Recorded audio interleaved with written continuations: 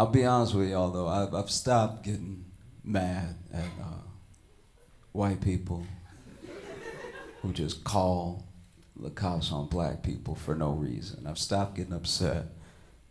I've started just retaliating.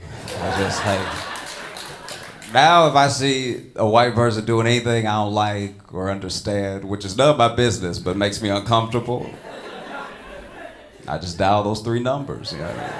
Well, I'll just be sitting in the park and just like,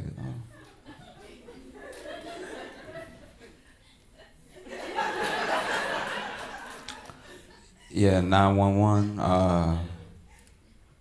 She kissing the dog way too hard. This is absolutely unacceptable. This is all tongue out here. You need to hurry. It doesn't look like the dog into it. Please get here quickly. I'll be at the grocery store. I'll be checking out at the grocery store. And there'll be like a white guy in front of me. But he's not buying any food from the grocery store. He getting those weird non-food items that the grocery store sells. So it'll just be like a belt and a knife. I'm like, yeah, 911, please. He looked like Dama to begin with. Please hurry. I don't like the way his receipt looks. I've started just calling the cops all white people who I think are calling the cops on me. We just have a standoff. I'm like, well, I didn't dial first. She did, okay? Well, send one for her, send one for me, okay? They could just have a standoff.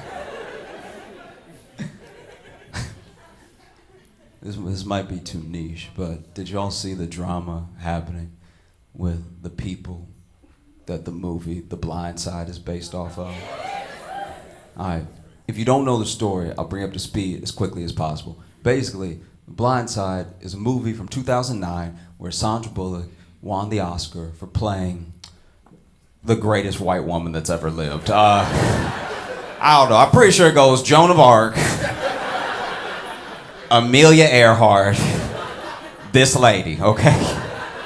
And in the movie, she drives up her car to what I can only describe as the biggest black child that's ever been, all right? He is supposed to be in school, but he looked like a 43rd grader. This is the grownest looking kid I've ever seen in my life. She drives up and he's like, huh? But like, his shoulders got bigger when he turned. It was insane. And then she's like, come home with me, which historically, oh. But then he comes home with them, and then they're like, you should play football, and he does, and then he makes it into the NFL because it turns out being big is a huge advantage. But now, Michael Oher, the guy that the movie is based off of, came out and said that he saw no money from the movie based on his life, and what he actually signed when he was a kid, which is when he thought they were adopting him, what he actually signed was conservatorship, so that they could get his money.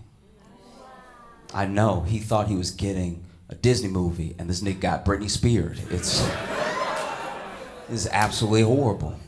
And what do you do in that situation? Because it leaves a bad taste in your mouth. All the damage has been done. He may never see the money, and it's probably already been spent.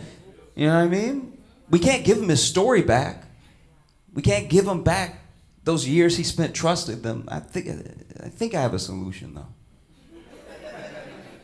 All we gotta do is give Michael 2 free tackles.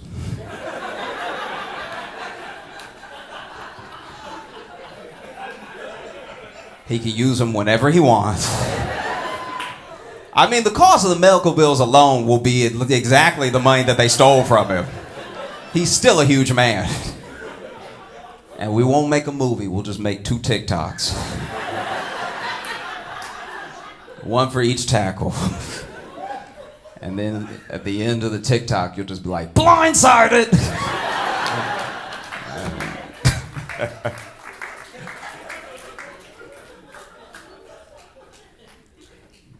I'll be brief because I know people are tired of talking about him. But it does feel weird that Trump is this indicted. Like, goddamn. I thought they get him for something. I think they get him for everything. As someone who doesn't like him, I thought I was following the story pretty closely. And every time he gets indicted, I'm like, oh, I didn't even know he did that one. That's crazy. This man has 91 felony charges. That's more than most gangs. That is absolutely insane. Man, they giving Trump the full nigga treatment. This is crazy. That dude must check his hands every day to make sure they're still white. Just like, how is this happening to me?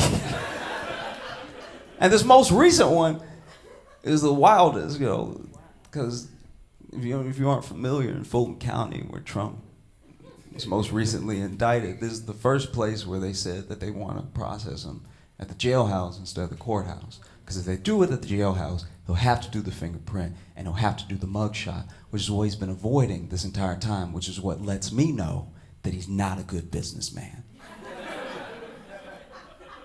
He's not. Yo, if Trump got his mugshot taken and put that mugshot on a shirt, it would be the highest selling shirt of all time, okay? Forget Supreme. This would be the highest selling shirt in the history of people. First of all of his fans would buy it because they'd be like, look, free my dog Trump. You know what I'm saying? Like, all of them would buy it. And then we would also buy it. We'd be like, look at this punk ass on this shirt.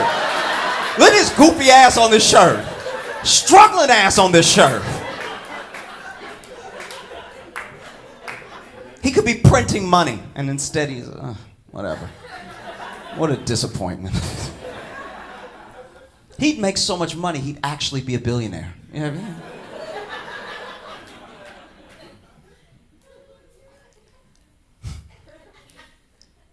I had like a weird memory the other week of this thing happening. I thought I'd share it with you. Like my favorite person to spend time with in the entire world when I was a little kid was my grandma. And everybody knows that was blessed enough to have grandparents. Grandparents, instant daycare. Anytime your parents got to go somewhere, you're chilling with grandparents, right? So go everywhere my grandma went. We'd always have a good time. You know? And I remember when I was 8, especially my mom was working really hard and everything. And when I was 8, went everywhere that my grandma went, which meant I was going to hella funerals. Oh, my grandmama's squad was falling off. Like it was rough. It was like 2 funerals a week. I was like, how many people do you know? This is crazy. They were dropping like flies. And that was the worst part too, is that when you go to a funeral with some of the same people every time, at a certain point you start to be like, which one of y'all is next? Like, this is getting uncomfortable. I was wearing my little suit out, okay? I remember there was one funeral in particular, one of the more rhythmic funerals that we had been to. Everyone sort of had this unspoken agreement that when we were doing the sort of funeral procession of viewing the body, it was like to the music, you know? You walk up, you get 8 bars to grieve, and then you move on, you know?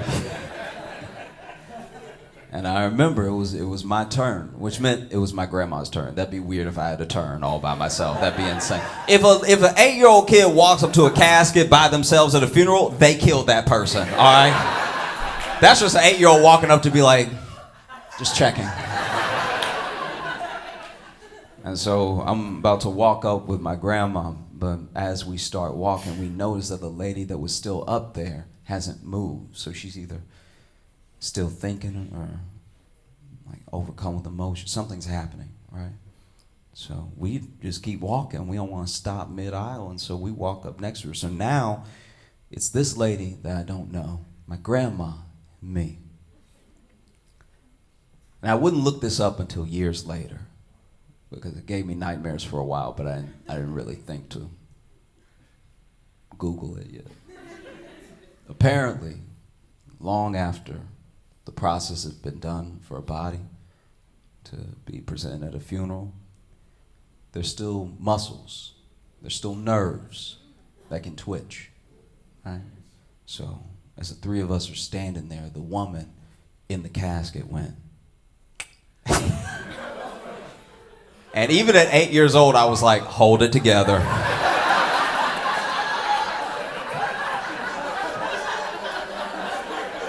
Hold it together, stay calm. Whatever you do, stay calm. Because look, I've been going to a lot of funerals, right? But even as an 8-year-old that's going to a lot of funerals, I still haven't fully conceptualized the idea of death, but I know what it's like to ruin a party, you know what I mean? So I was like, just calm down and hold together. I'm trying to center myself, and then the woman on the other side of my grandma goes, "What?" And for a reason I still don't understand, my grandma turned around to the whole rest of the congregation and was like, she moved. And everybody cleared out. We all walked out together. It took so long to calm everybody down. It took so long to get people to come back inside, sit down, chill out. Because there were people outside that were like, nah, I'm not going back in there. No, ain't no reason to grieve if she risen. I ain't playing with that. Y'all can do what you want, but if she up, she up. All right. In fact, she owe me a little something, so when you get in there, tell her that I want my 15 if this was just like a weekend she was playing Bernie. We get back inside, finally calmed down, finally finishing procession, viewing the body and everything. There was this one woman. I know I saw her, but I caught her because I was sitting second row and I was looking in between two people. This woman hesitant, and she was approaching the body, just, you know. And she went, "Wake up."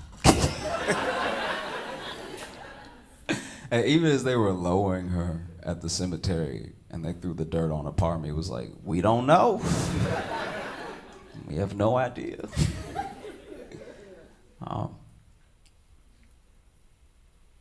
I think the other reason that I'm scared of getting older is that, like, we only really value youth, especially in America. You know, other cultures don't always have this problem, and we don't really value what comes with aging. You know, like the wisdom that you get, or the deep level of empathy, because you've now been alive long enough to make your own mistakes and have deep regrets. And so when someone does something to you, it's easier to forgive them potentially because you know what it's like to make a mistake. All that comes with getting older. All your hard work starts paying off when you get older. Everything you do today will, you'll see the fruits of tomorrow, you know? But we still are like, nah, I want to be young. I want to look young. I want to feel young. Act young, whatever. I think the main reason I'm scared of getting older is I finally had a bad fall, and it was like I really felt like an old motherfucker too. It was I went down, like it was terrible. I've been talking all that good shit about Joe Biden this whole time, and then I hit the ground just like him. I was like, because this is the thing, I fought the fall. Like if I had just fallen like a young man, it would have been respectable. I would have tripped, people would understand it, everything. But I fought it all the way down. At one point, I was horizontal, just grabbing stuff like, non-stop, to the point where I actually pulled stuff onto me when I landed. People who didn't know me were like, ooh, I fell so hard, I didn't let anybody help me up. I needed a second to gather myself. You know? There's a little bit more show left. I want to thank all y'all for coming out. My name is Josh Johnson. Have a great rest of the night. I appreciate you.